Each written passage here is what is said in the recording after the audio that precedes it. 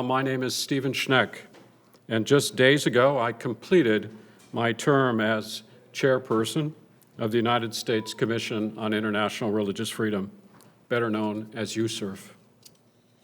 USCIRF is an independent, bipartisan legislative branch agency that monitors and reports on religious freedom conditions abroad and makes recommendations to the President of the United States, President Trump, Secretary of State, and to Congress on what kinds of U.S. foreign policies are best to advance freedom of religion or belief around the world. In addition to highlighting the immense challenges for freedom of religion or belief in certain countries, we also highlight thematic issues of concern, such as our topic today, women and religious freedom, the focus, as I say, of today's talk. USCIRF's 2025 annual report, which was released just a couple of months ago, describes unique barriers and compounded persecution that women face due to their gender and religion. Let me speak clearly on this. The right to freedom of religion includes women's individual right to interpret and practice their religion as they see fit. As it is so tragically evident in too many places around the globe, governments restrict or repressively regulate that right, women's right to practice their faith freely. And when governments violate freedom of religion or belief, women and girls often suffer extreme consequences.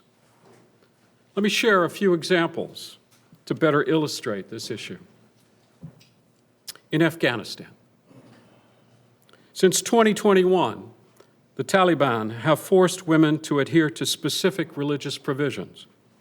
These provisions deny women the freedom to practice and interpret religion as they wish, extending to aspects of their lives, all aspects of their lives really, including movement, dress, education, and speech. Women who do not comply face severe punishment, including death. In Iran, women and girls face tremendous state restrictions on their freedom of religion or belief. As we have all observed, Iran's government has relentlessly targeted women who reject the government's forced religious headscarf laws. Over the past couple of years, Iran's morality police have systematically and violently arrested women not in compliance with these regulations. Iranian officials have also continued to use sexual harassment, assault, and rape to single out for shame, silence, and trauma those female prisoners arrested for peacefully asserting their freedom of religion or belief. Women from minority religious communities in Iran, including Christians and Baha'is, are particularly at risk. Prison officials often mock and taunt women for their religious identities, beating and subjecting them to abject humiliation. In Saudi Arabia, their government-run special education houses, as they're called, forcibly detain women accused of violating religious guardianship laws. These laws require women in Saudi Arabia to have a male guardian who is entitled to make all critical decisions on their behalf. Security officials have assaulted women and girls held against their will in these facilities, including through whipping, medical mistreatment, and dragging them by their hair. Despite certain reforms to religious guardianship laws, these facilities continue the Saudi government's violent, coercive enforcement of religious and severe restrictions on freedom of religion and belief for women and girls. Unfortunately and sadly, these examples from Afghanistan, from Iran, from Saudi Arabia, these are not isolated examples. The repression of women and girls by governments because of their religious practice practices is a global tragedy. There are countless other heartbreaking examples I could share with you. Forced marriages, forced conversions, child marriages, genital mutilation, denial of education, denial of social and political rights and economic opportunities, enforced dress codes that can alternately require or forbid religious attire, and this list could be, of course, much longer. I'm pleased today's panel will address the nature of the violations occurring in some of these countries.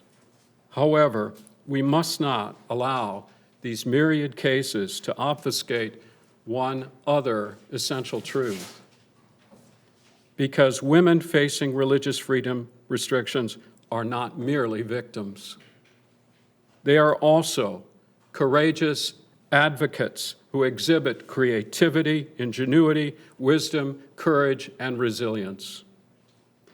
Women have championed the cause of challenging religious persecution, often on the front lines, calling for this universal right that belongs to all human beings, by standing up against state restrictions on religious freedom and creating networks for support and for advocacy.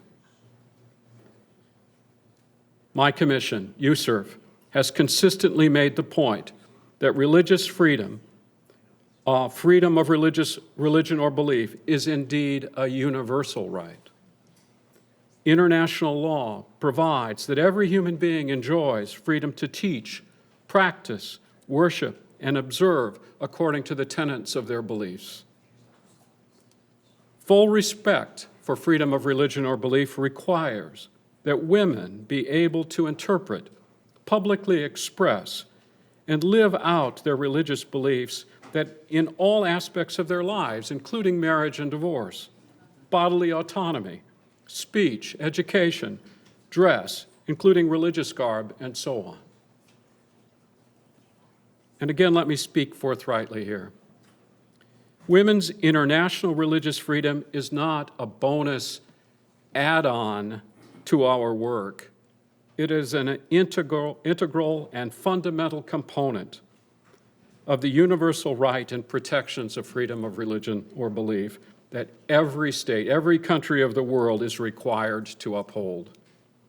For anyone to have religious freedom, everyone must have religious freedom. Protecting freedom of religion for women, who in many cases constitute the majority of the population of these states, is foundational for a more stable, prosperous, and safe society. So, two recommendations. First, the United States government must continue to combat restrictions on religious freedom abroad, especially in countries that justify sexual and gender-based violence on religious grounds that target women and girls. Second, U.S. officials should also increase their effort to press for the release of women and girls who are imprisoned abroad for their peaceful exercise of religious freedom. Women in Saudi Arabia supporting reforms to the restrictive religious male guardianship system, or women peacefully protesting mandatory hijab laws in France or Iran, are at the vanguard of efforts to advance freedom of religion or belief abroad. In closing, I'm grateful to Coptic Solidarity and Jubilee campaign for the privilege to offer these opening remarks this afternoon. I hope they succeed in framing what I know will be a meaningful and important panel discussion in just a few moments. Ladies and gentlemen, distinguished guests, governments that perpetrate or tolerate religious persecution of women cannot be ignored. They must be held accountable.